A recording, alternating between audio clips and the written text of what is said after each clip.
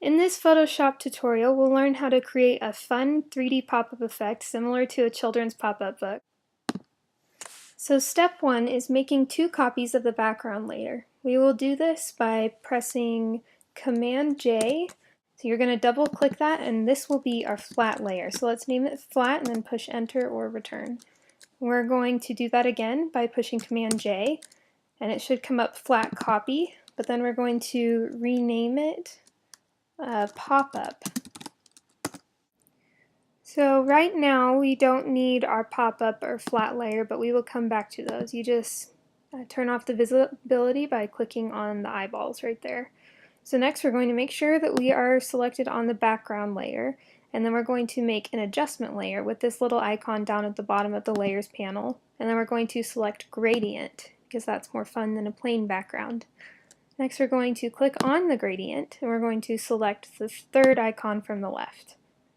Next we're going to go down to the bottom left slider and double click on it, and just for now we're going to make it a lighter gray color so it's a little less harsh.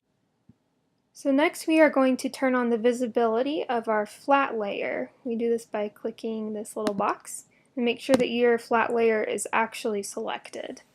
And next we're going to grab the rectangular marquee tool over here, and with that selected you're going to drag a rectangular selection about like this. So we're going to go up to the select menu and then choose transform selection. Command click anywhere inside of the selection and then choose perspective from the menu that appears. So now that we're in perspective mode, you can click on the top left handlebar and then move it in until you're about where you think you should be. Control click again and then choose scale.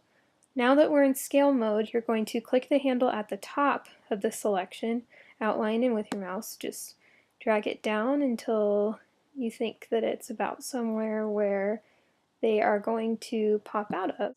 With that selection in place, click on the layer mask, which is down here at the bottom of the layers panel.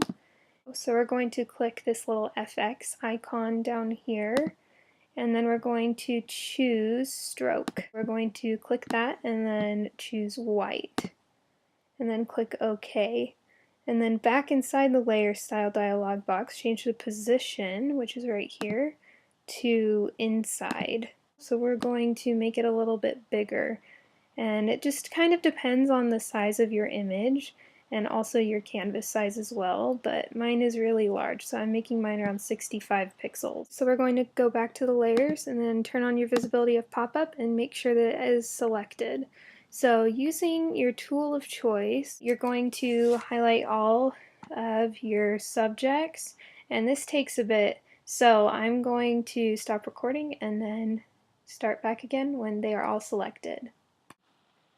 Okay, with our main selections now in place, we are going to click once again on the layer mask icon that we did earlier. Now we can finish off the effect by curling up the corners of the photo and adding a shadow. So we're going to click back on the flat layer, and then we are going to hold down the Command key and then click directly on the flat layer mask.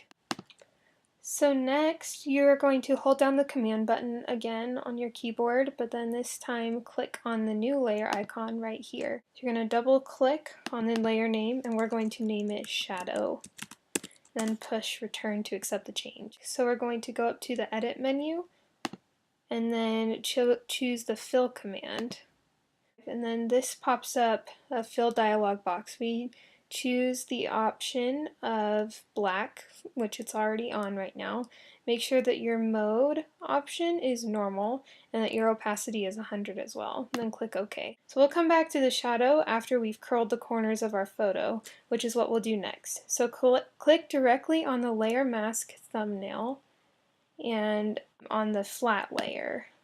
We're going to click on that link to unlink it, and then we're going to go up to Edit, Transform, and then Warp. Then you'll see a warp grid pop up. Now we're going to drag each handle up, push enter, and then you're good to go. So next we are going to deselect what we are selected on by pushing Command D, And then we are going to select the shadow layer and apply a filter, and then go to blur and then Gaussian blur. You can see that it's kind of softening the edges. So 47, that looks about right. And then push OK.